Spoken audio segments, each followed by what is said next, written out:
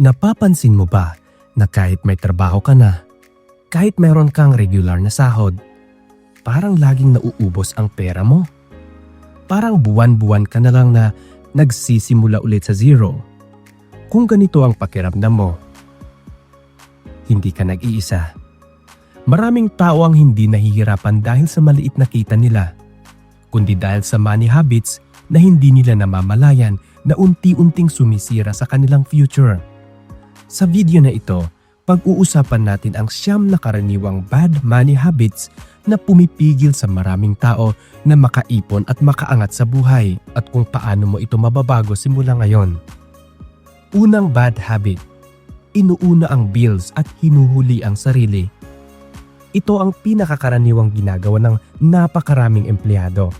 Sa araw ng sweldo, agad-agad binabayaran ang renta, kuryente, tubig, internet, utang, pagkain, gala at kung ano-ano pa. Tapos kung may natira, saka na lang mag-ipon. Ang problema kadalasan walang natitira. Psychology ito, kapag nakikita ng utak mo na may pera ka, hahanap ito ng paraan para gastusin iyon. Kaya ang sekreto ng maraming financially successful na tao ay kabaligtaran sa ginagawa ng karamihan. Inuuna nilang bayaran ang sarili nila. Kung paano? Ganito. Pagdating ng sweldo, agad silang magtatabi ng kahit 10% para sa savings.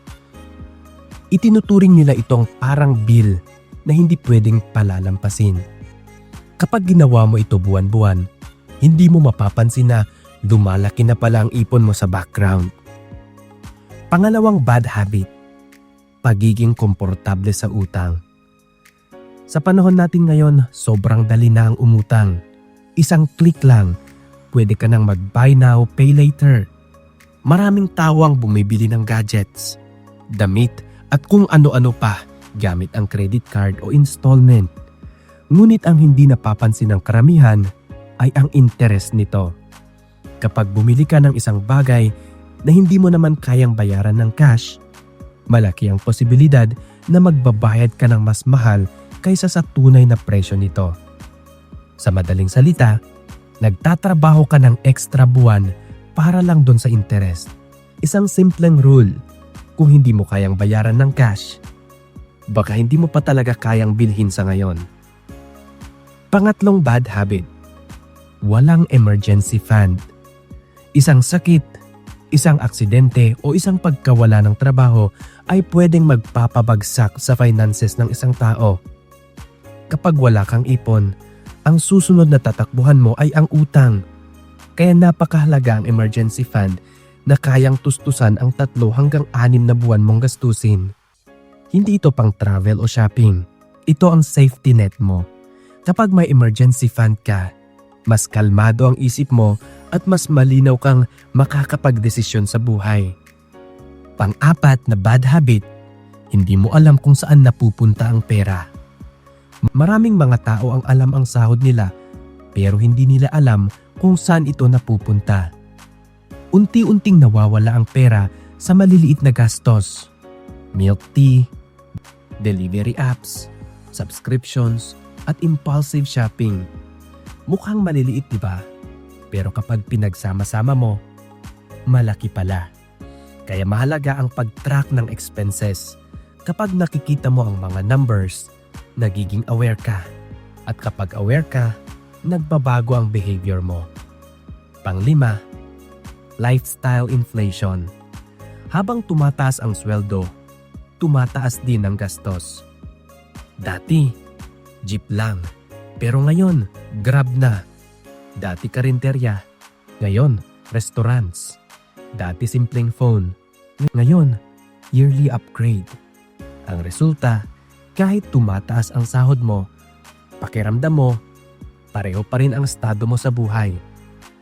Ang tunay na wealth ay nabubuo kapag tumataas ang income mo pero kontrolado ang gastos mo. Pang-6, puro tipid.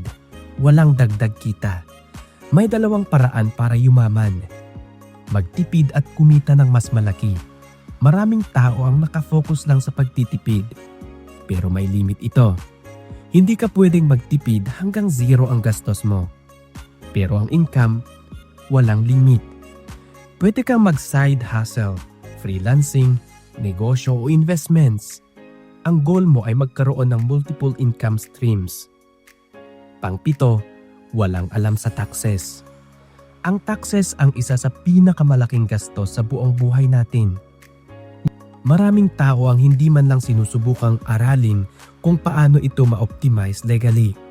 Ang mayayaman ay may tax strategies at advisors. Hindi sila umiiwas sa tax. Ginagamit nila ang batas para mapababa ito ng legal. Ang kaalaman tungkol sa taxes ay kaalaman kung paano magtira ng mas maraming pera para sa sarili. Pangwalo, takot mag-invest. Maraming tao ang natatakot mag-invest dahil baka malugi. Pero ang hindi nila alam, mas sigurado ang pagkalugi kapag hindi ka nag-invest. Dahil sa inflation, bumababa ang value ng pera mo bawat taon. Kapag nasa bangko lang ang pera, unti-unti itong kumukunti ang buying power. Ang investing ay paraan para magtrabaho ang pera para sa'yo. At ang huling bad habit ay ang pagpapaliban ng pagsisimula. Maraming tao ang nagsasabing magsimula na sila. Balang araw, sa susunod na buwan, sa susunod na taon, kapag mas malaki na ang sahod. Ngunit ang pinakamalagang factor sa pagyaman ay ang oras. Mas maagang nagsimula, mas maliit ang kailangang ihabol. Ang mas huli nagsimula, mas mahirap ang hahabulin. Sa totoo lang, hindi mo kailangang maging milyonaryo para magsimula. Kailangan mo lang na magsimula bago ka maging huli. Hindi man natin kontrolado ang laki ng kita natin ngayon, kontrolado natin ang habits natin. At kadalasan, ang future natin ay resulta ng maliliit na desisyon na ginagawa natin araw-araw. Kung may isa kang money habit na babaguhin matapos ang video na ito, malaking hakbang na iyon patungo sa mas maayos na financial future.